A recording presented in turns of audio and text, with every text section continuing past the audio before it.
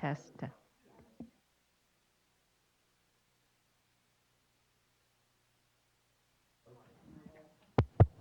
Yes.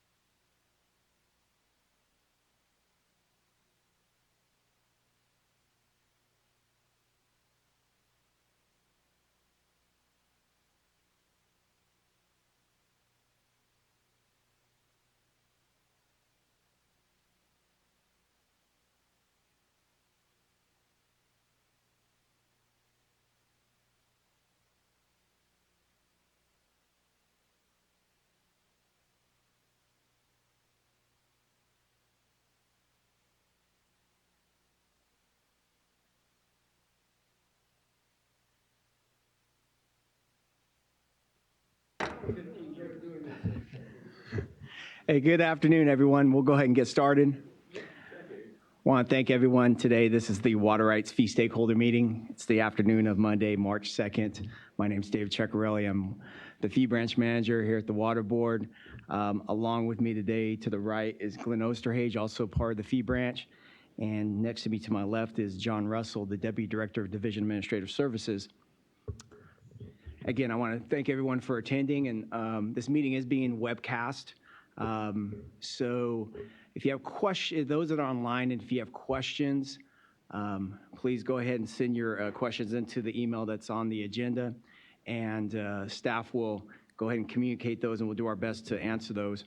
For those that are in the house, inside here in the room, there is a mic that'll be going around.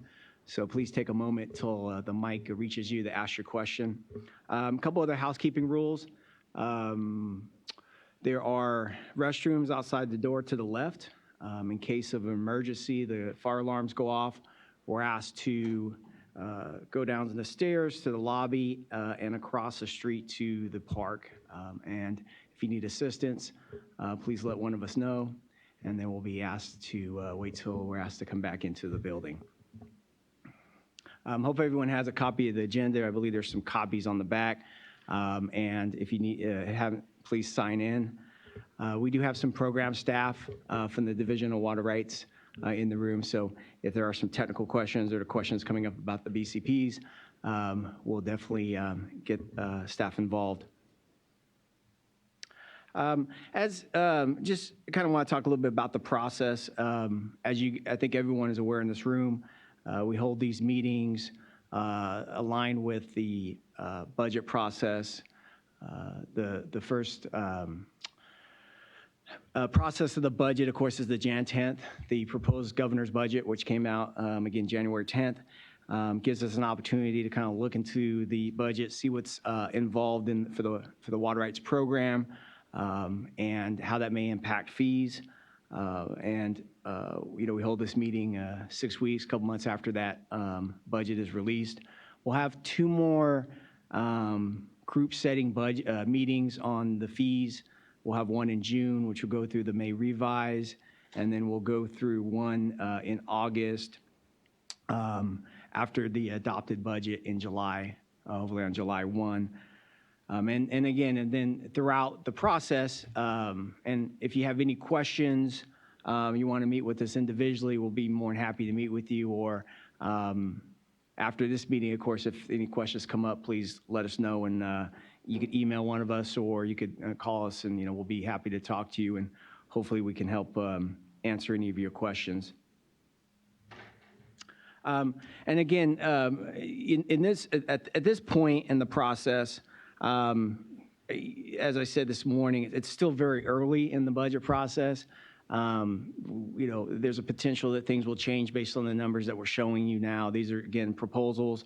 As many of you may know, the budget hearings, legislative hearings are going to be going on throughout the month. And so we encourage you to kind of participate in those. And if there's something that you think that, you may want additional funding for, an alternative funding, those are the opportunities, and to go out and to speak your mind and basically kind of talk, through the details about, why some of these programs should be funded other than, the water rights funds, which of course the fee payers pay for.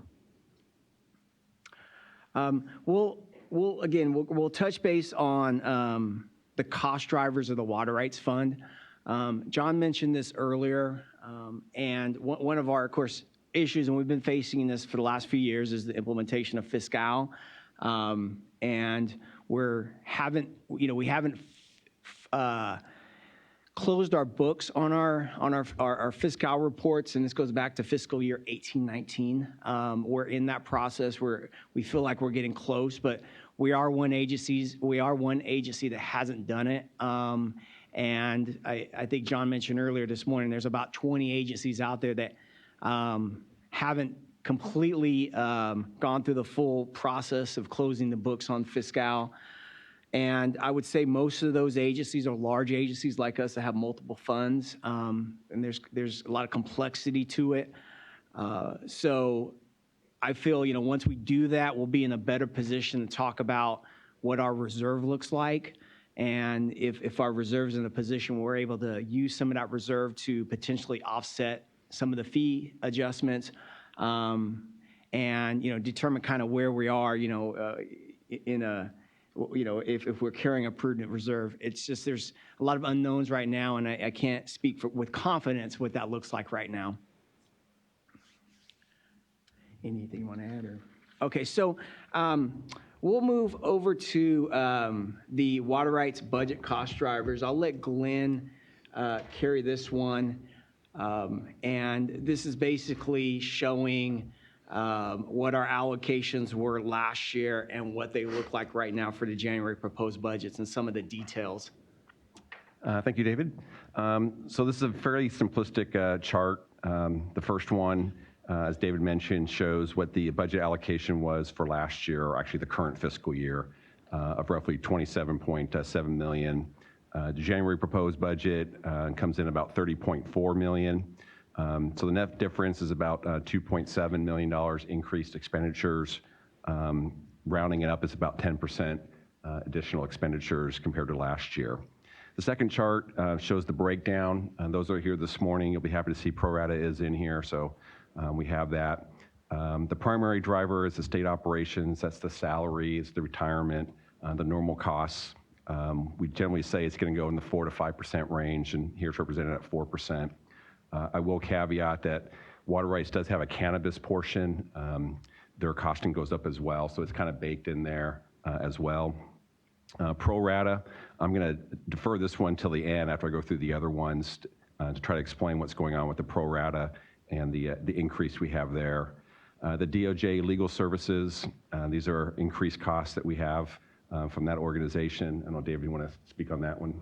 Well, what I will say is that DOJ legal services, again, they figure out what their cost, and these costs, I don't want to say they've been set, but they were at $450,000 for about 5 or 6 years, and they were never adjusted by the Department of Finance.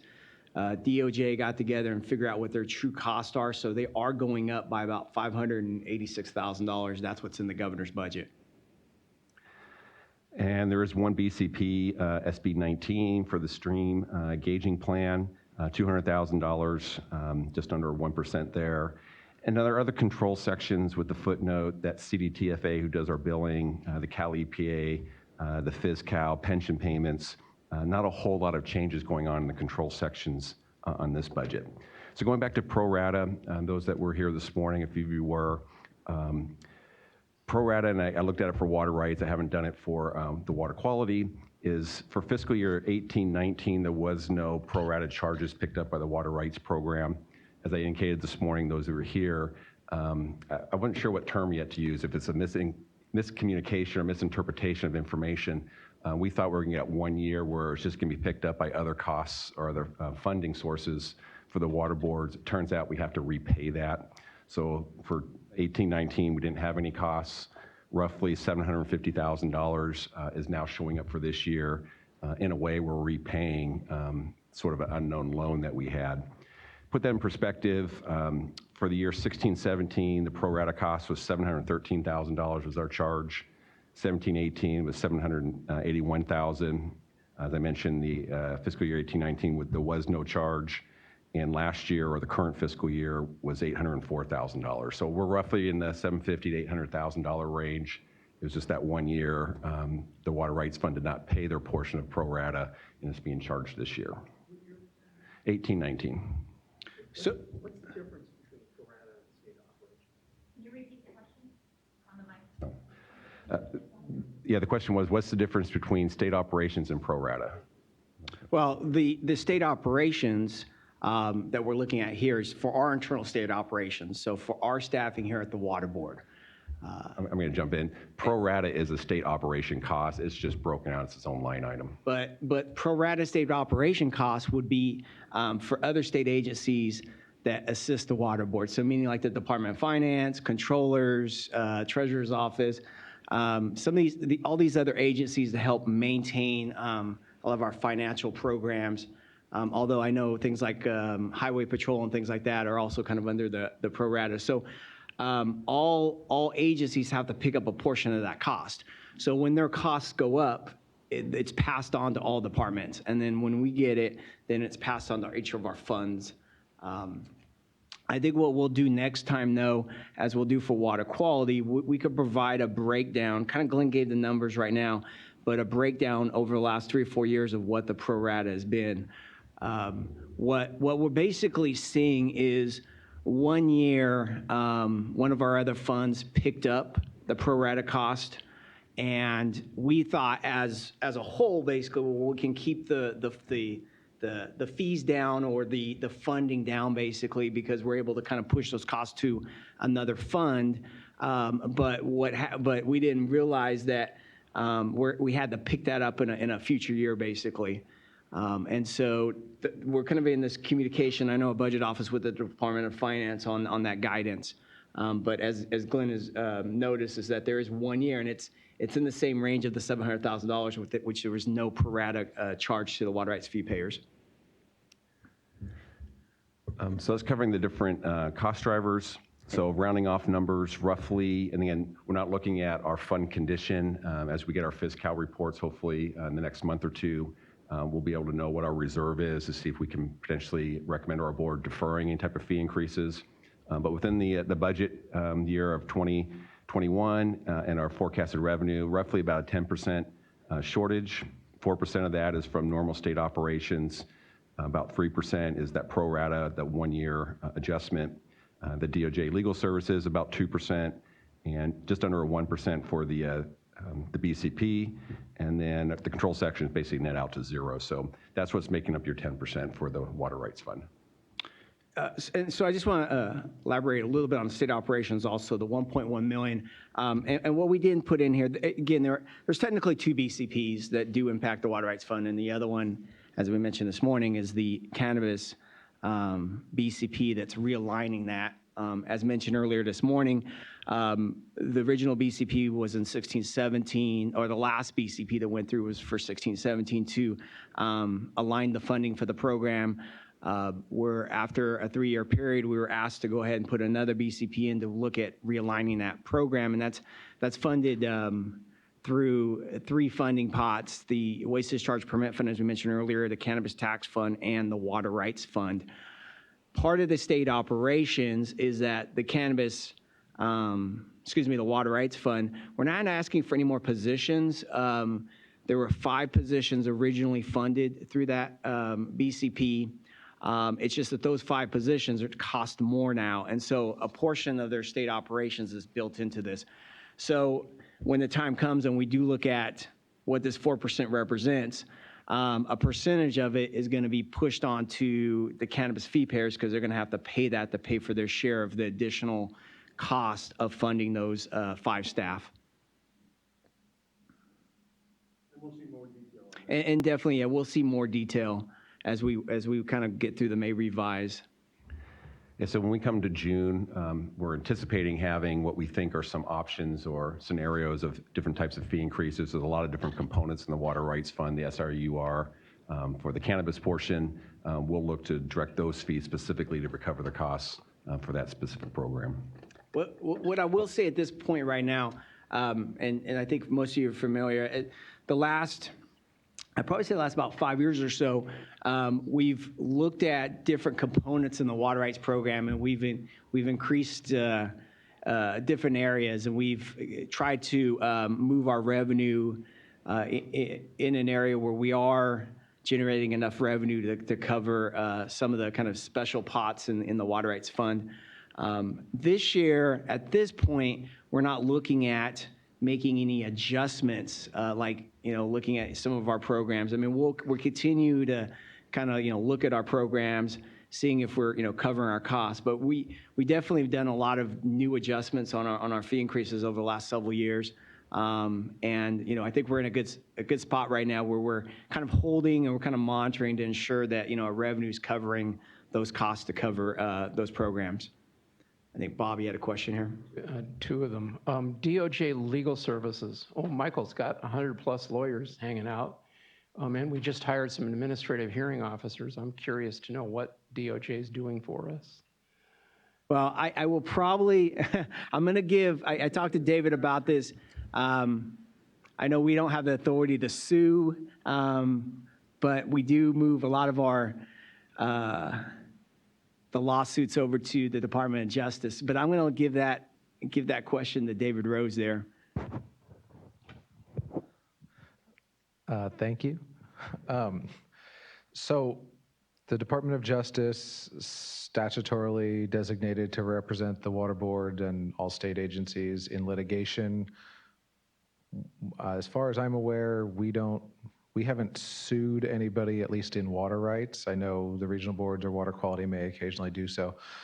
But anytime there's litigation costs for defense of any litigation, the Department of Justice represents us, and we pay them their costs of fees to do so. And if the litigation is related to a general funded entity, pre-1914 water right holder, then the costs come out of the general fund. And if it's related to water rights fee payers, then the costs come out of the water rights fund. I hope Michael can attend the next session. That explanation is completely unacceptable. I have no budgetary detail in support of that. I don't know what it means. I don't see a fiscal breakout. I don't know how much DOJ is spending. We need some details, not a vague statutory citing, with all due respect, Counselor. On stream gauging. So to answer that, we can provide, we do get expenditures from DOJ, and so we can look at their expenditures and figure out what they've been over the last several years. This is only for water rights. Yes. Yeah, because, and never mind. On stream gauging, Kings River and others already are obligated to report under SB 88. This increased cost appears to be something that might be related to the measuring that's not a water right issue. I'm not sure what SB 19, I'm sorry, I haven't read it, but I do hope these costs are applicable to water rights holders and don't supplant or interfere with SB 88. We've got to understand the interplay here. That's my other question. I know, I was just going to mention that. yes. Sorry, Danny. No, I think she's going to do what I was going to try to do. Oh, My- Danny, if you want to. Okay. I'm Erin Ragazzi, an Assistant Deputy Director in the Division of Water Rights. Senate Bill 19 was passed. It calls on the Department of Water Resources and State Water Board to work with the California Department of Fish and Wildlife, as well as the Department of Conservation, to develop a stream gauging plan, a statewide stream gauging plan. Okay, so it's over a 2-year. It does not duplicate SB 88. SB 88 is looking at what's coming out of the stream. This is looking at what's in the stream. So they are different types of measurements that are going on. And you know, the BCP is multi-funded. There's 1.1 million going to be proposed by their general fund, and then another $400,000 from the Water Rights Fund. Again, it's a 2-year BCP, so $200,000 from the Water Rights Fund. We, again, a little early in the process, but just depends on how the fund looks at the end of the year. This may be something that we can absorb for the next couple years. However, on a fee standpoint, we believe it's very minimal. It's on our per acre foot charge. If this is an option, if we went with this way, usually when we raise our per acre foot charge 1/10 of a cent, it generates a little over $300,000. So we to support this program, maybe looking at 1/2 of a cent to generate the $200,000, and maybe a little bit more than that.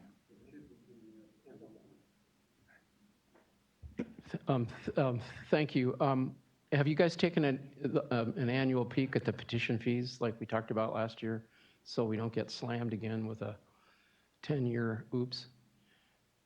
We'll have to go back and look at that. I know, we made the adjustments. Right. We unfortunately, again, with Fiscal kind of breaking down the details of a lot of where our fees are coming right now, and it's kind of a manual process, but we really need to kind of look at that and figure out how much of that revenues come from that petition side. So you'll let us know. We will at the next meeting. Rich Gillihan, you're really beating the poor guy up. Last question.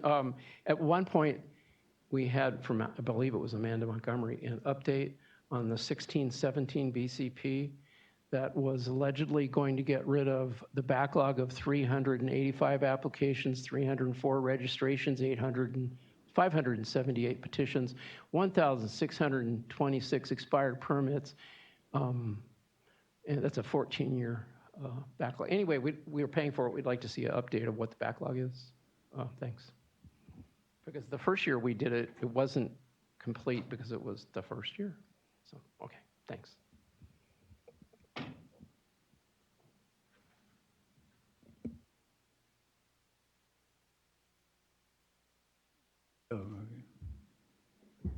Any other questions? Hear anything online? Okay. So again, we have a few action items. We'll go back. Of course, this is a little high level, but we'll be able to kind of break this down a little bit better in more detail when it comes to the meeting in June on our May revise, and we'll follow up with program staff on some of Bob's questions here. So next on the agenda, and we went through this earlier this morning, and this was detailed at one of our board meetings earlier in the year. It has to do with our performance report, and this goes probably back to about 5 or 6 years ago. Every few years, we bring staff in to talk about the performance report and how it relates to the funds, and just kind of talks about kind of how it looks at the revenue that's being collected and what it's supporting. So we do have staff here from the Office of Information Management Analysis Program that's going to go through the presentation. For those that were here this morning, it's basically the same presentation. Changed just a little bit though. Now that's updated news to I me. can hardly wait. And we did actually try to increase the font size when it goes on the screen.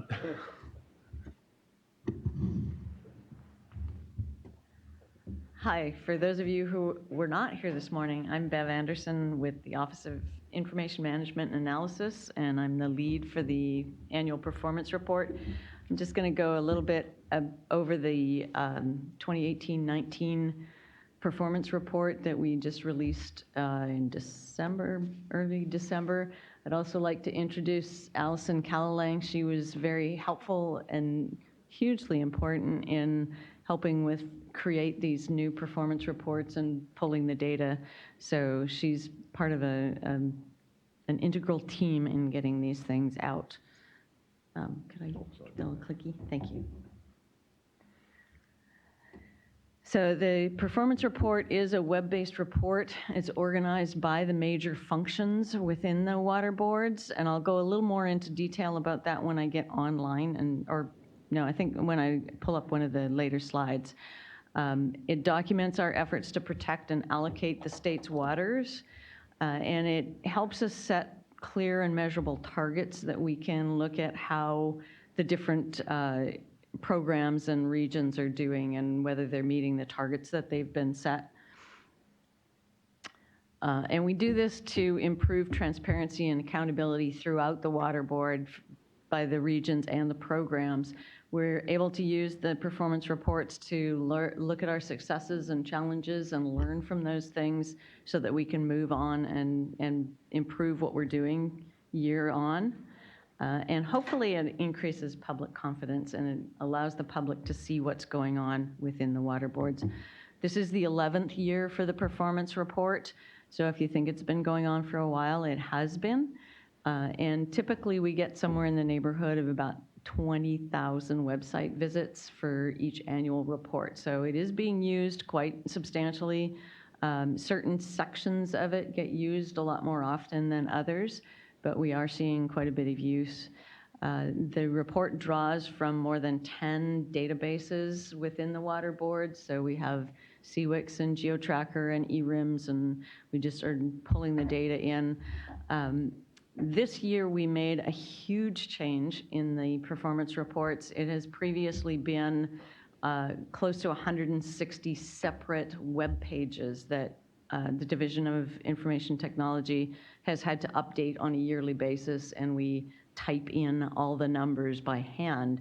This year, we've been able to take those 160 web pages and produce about, I think it's 22 interactive visualizations. So rather than dealing with all those separate pages, you can filter within an interactive visualization and look at the different programs and different regions and different years all on one page. And we're looking with these at the targets that the region set and the 5 divisions and offices and the measures that have been determined for these various programs throughout the years. We're also working on updating a lot of the targets and measures with the programs. So some of the things that we're showing this year and the last couple of years are a little bit different than some of the targets and measures from previous years because things fall off and new measures get added over the years. We also, generally, most of our measures are based on outputs, number of inspections done, number of permits written, things like that. We're also trying to move towards more outcome-based measures so we can start looking at what these permits and inspections are doing to try to help with the water quality that we're protecting. And we started several years ago doing the water quality report cards under the TMDL unit. We've got 207 water quality report cards at this point, so looking at the improvements that we're seeing in some of those watersheds. We're moving to, again, more interactive styles of report cards. The previous ones are PDF format, one-page PDF, simple summary stories. We've got a number of regions who are starting to do more interactive data-based stories to tell a stronger story about what's going on in the watersheds that they're dealing with. So some of the current enhancements that we have to the performance report are, as I mentioned, far fewer card pages. We're using a more open data format for many of them. So we can see more granular data. We can see where the inspections are occurring. We'll be looking at adding some maps to some of the report cards so you can actually see where in the state some of these inspections or permits are happening. We're getting more machine readable data so that we can put things up into the California Open Data website and be able to access that a lot more easily.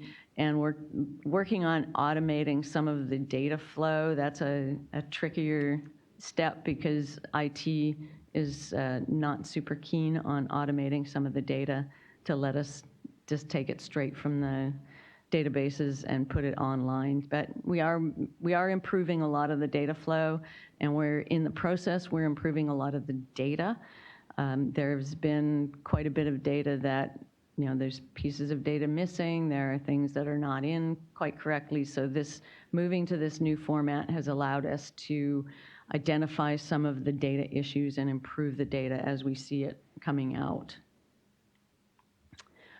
And these are just some summary statistics just to give you an idea at a really high level of the kinds of things that the Water Board is doing and the things that we're tracking.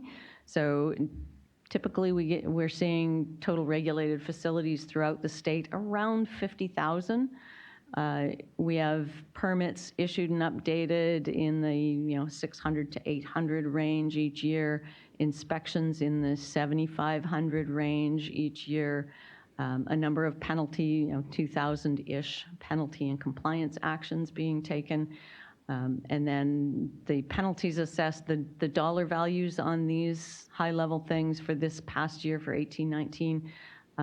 There's, as mentioned, Fiscal has some issues, so these are probably not as precise as we'd like them to be, and we're still looking for some finalized data on that. But those are the ranges that we look at for penalties assessed and the Clean Water State Revolving Fund. And then within the plan and assess section of the Water Board's TMDLs, where the regions are typically adopting somewhere in the range of 7 to 9 or 10-ish TMDLs each year to start looking at water quality that way. So how do you find the performance report? On every page within the Water Board's website, if you scroll way down to the bottom, there's a blue banner at the bottom, and the performance report is hidden down in the third column way at the bottom, so you can find it there on every page. Unfortunately, it is kind of hidden.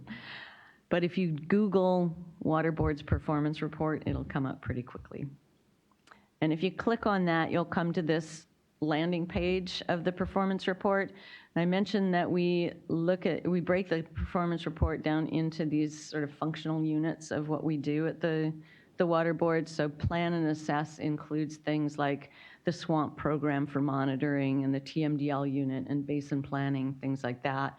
Regulate, everything under regulate would be the inspections, the permits, the reports, for the different programs that are there. The cleanup covers the tank cleanup, things like that, things that we can get out of GeoTracker.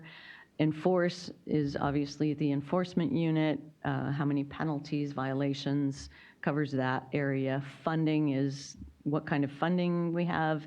And then allocate might be the one that this group is most interested in. That's where the water rights data are. At this point, the allocate section does not have granular data. We're still working on getting a good connection to eRIMS to do that, but it does have the data from each year available there. And then the targets section will show the targets that each region and state board unit or division set each year and whether or not they've met those targets. And okay, and I'm going to skip this just for a sec and I'll come back to it just to show some of the cards as they are before going onto the website. Most of the cards have been moved to these interactive formats. This is the new target page, and you can see here that there's a fiscal year filter up in the top left corner. So you can look back to all the fiscal years that the performance reports have been done. You can filter for each region and see what the targets set and the actuals achieved are for each of those regional boards. The fees, this is a water quality fees page. And again, you can see a little bit different, but in the top right, just above the squares, there is, again, a filter for fiscal year, and you can look back. For this, we only have 16, 17, and 17, 18 in here. We're still waiting for some fees or fund numbers for 18, 19 to be added to this one, but it's this is a pretty easy one to kind of look around and see what's available for data. And then when you start getting into some of the more complex cards, this would be something out of the regulate part of the water boards. This is an inspections dashboard, and this shows the inspections for the 9 regional boards. This replaces about 13 separate web pages. And up at the top, in the top right, you can see that you can choose for program category. You can select a region if you want to focus on a region, and you can select for different fiscal years. If you want to see the actual data, where the inspections occurred, who did the inspections, what the facility was, you can click on the View Data button just under that key statistics box, and I'll show you this when I go online. So having it in this way allows us to have more interaction, and users can see much more granular data. So, and this is all associated with the open data techniques that we're using to move this forward. And then some of the water quality report cards, I told you it was going to be different. We have water quality report cards in a few different formats. So this is sort of based on the old style PDF single page. It's just a really brief summary of a water quality report card. This particular one was done in an interactive format. So if you go to this card, you can, again, filter for the different years that data was collected. You can filter for different locations that the data is collected at and start looking at that. And then some of the other cards have gone like super fancy and done these GIS-based cards where you can scroll through and add photos and images and maps and just go crazy with the data that's available. So there are a number of those being done like that. And now I can go a little more into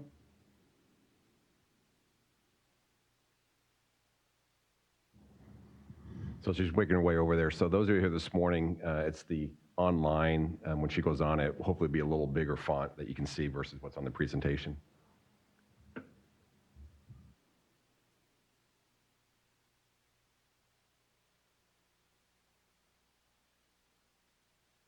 Okay, so as I mentioned, we've got these different sizes. That does look a little better, doesn't it? The different sections of the water board here, I mentioned I would go into the allocate portion. So this is based on water rights data. And you can see here, all of the pages have this basic information, just some high-level summary data up at the top on the opening pages. And then with water rights, we've taken the 3 separate water rights cards and we've put them onto one dashboard, so you can get to everything that we report on water rights from that one link. And then as you come down here, you can see these are the measures that water rights has set up and the data behind that. And then so this is the key statistics are diversion and use reports, inspections and office evaluations conducted, and violations documented. We also have a tab for petitions. And if you go here, you've got the total pending petitions that are there, the ones that are received during the fiscal year, and the ones that were closed or resolved during the fiscal year. So in this case, 102 applications, licenses, permits, and other kinds of water rights were resolved, closed or resolved during 1819. 94 new ones were added. So it's almost balancing out, unfortunately, but they are making some progress with getting rid of the backlog. And then again, as I mentioned, we often have these fiscal year filters at the top of the pages. So here you can change and look back a few years. Some of the pages we have will have additional links so that you can see how things have changed over the years if you want to look at a graph showing what's going on year by year. And then the other tab under water rights is the enforcement tab. So here it'll give you information about number of revocations, the number of cases closed under enforcement, and the number of enforcement actions. So, and that's all here. And that, as I mentioned a little while ago, we don't have the background data for the water rights yet. We're working on that for the 1920. And then once we have it, once we have the access and good access to eRIMS, we'll be able to back that in and get all that background data for these prior years as well. But right now, all we have is these numbers, the summary numbers for water rights.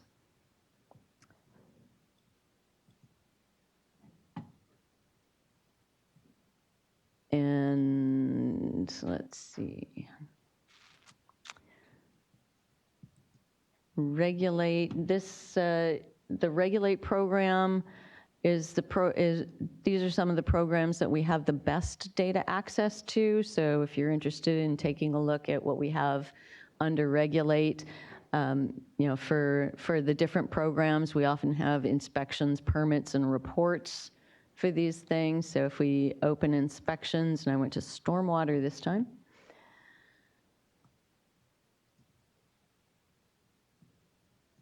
You can see here we've got the program categories up here, so you can focus on construction or industrial.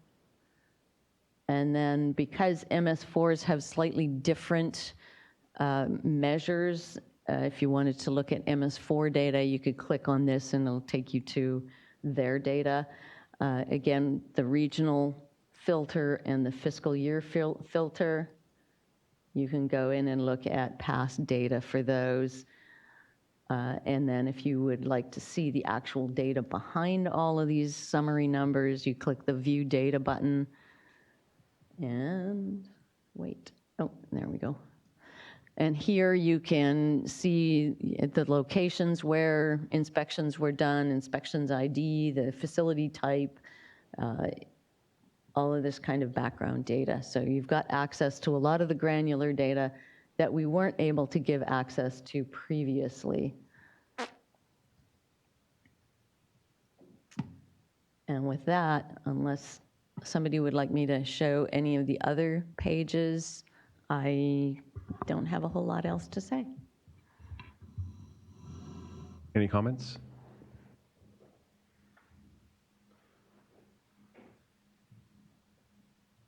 So I'll tell you, I have not really looked at this. I got involved in it when it was first starting up, and one of the comments that we had made at the time was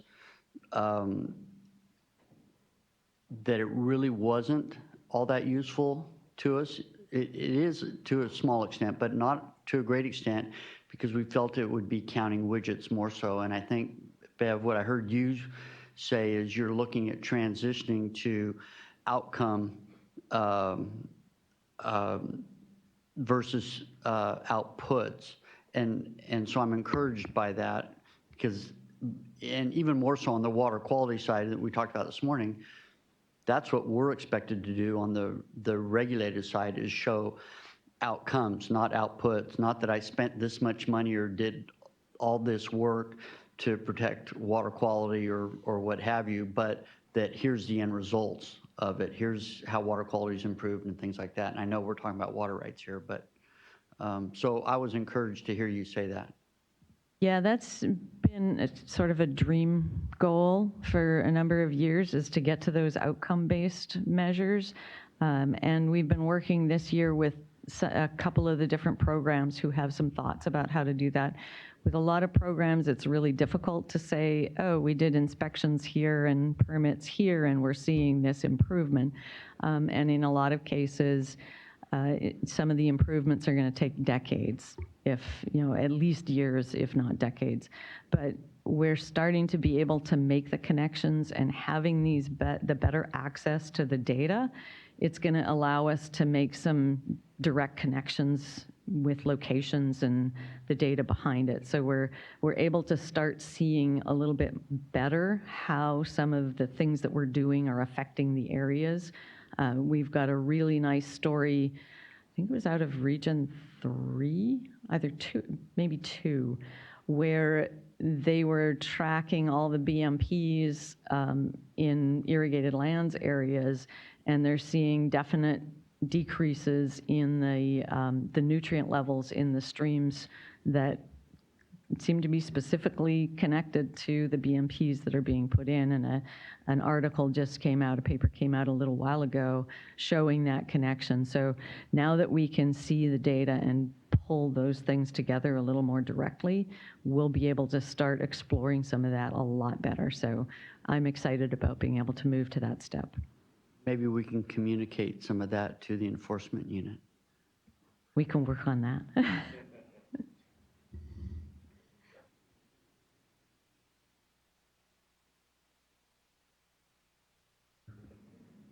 So any other questions on the performance report? Is that PowerPoint available? We can post it on our fee webpage, or if there's somewhere else, but we can definitely post it.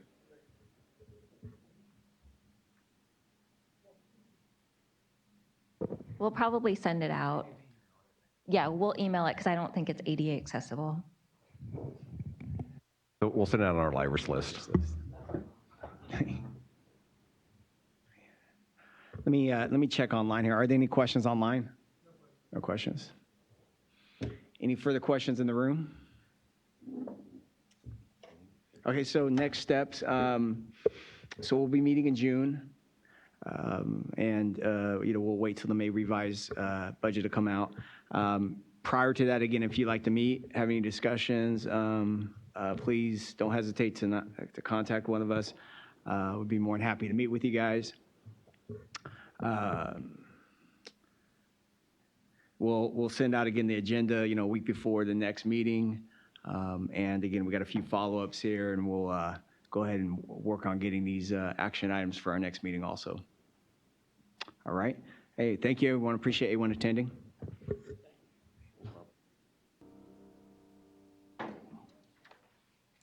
Yeah, we